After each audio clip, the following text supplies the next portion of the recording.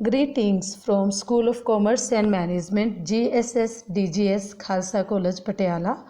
Today the topic of discussion is Indian Contract Act 1872, Essential Elements of a Valid Contract.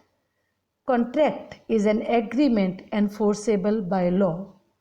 As per Indian Contract Act, it is an agreement which is enforceable by law. Now, the essential elements of a valid contract. There are 7 essential elements of a valid contract. First is agreement. Second is intention to create legal relationship, lawful consideration, capacity of parties, free consent, lawful object, not expressly declared as void. Now, let us discuss all the essential elements one by one. First of all, we will discuss about agreement. An agreement is the first essential element of a valid contract.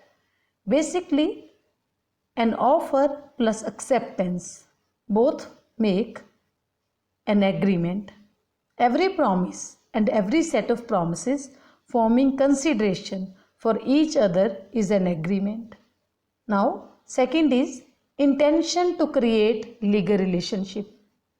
There must be a clear intention among the parties of contract to create a legal relationship. Agreement of social or domestic nature do not attract a legal relationship, hence they do not give rise to a contract. So students, a contract comes into existence when there is an agreement which has some legal obligations. Third is lawful consideration. Consideration means something in returns. For example, when I buy a pen, I take pen from the shopkeeper, and shopkeeper in return receives ₹10. Right? Now this something in return. What I am receiving or what the shopkeeper is receiving, that is called consideration. It is also referred to as quid pro quo. It is basically the consideration is give and take. Now the next essential element of a contract is free consent. 2 or more persons are said to consent when they agree upon on the same thing in the same sense. It is also known as consensus ad ideam, means identity of two minds on similar things in the similar way. A consent is said to be free when it is not caused by coercion, undue influence, fraud, misrepresentation and mistake. Students, we will discuss all these factors in detail in our next chapters. Now the next is capacity of the parties. The parties to the contract must be capable of doing it. Who is competent? Who is capable? Now the persons which are competent to contract.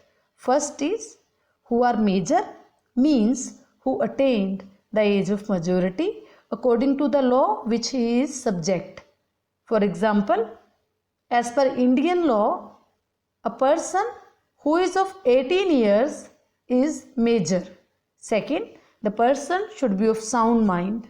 Third, should not be disqualified by the law. He should not has any criminal record or any other type of disqualification.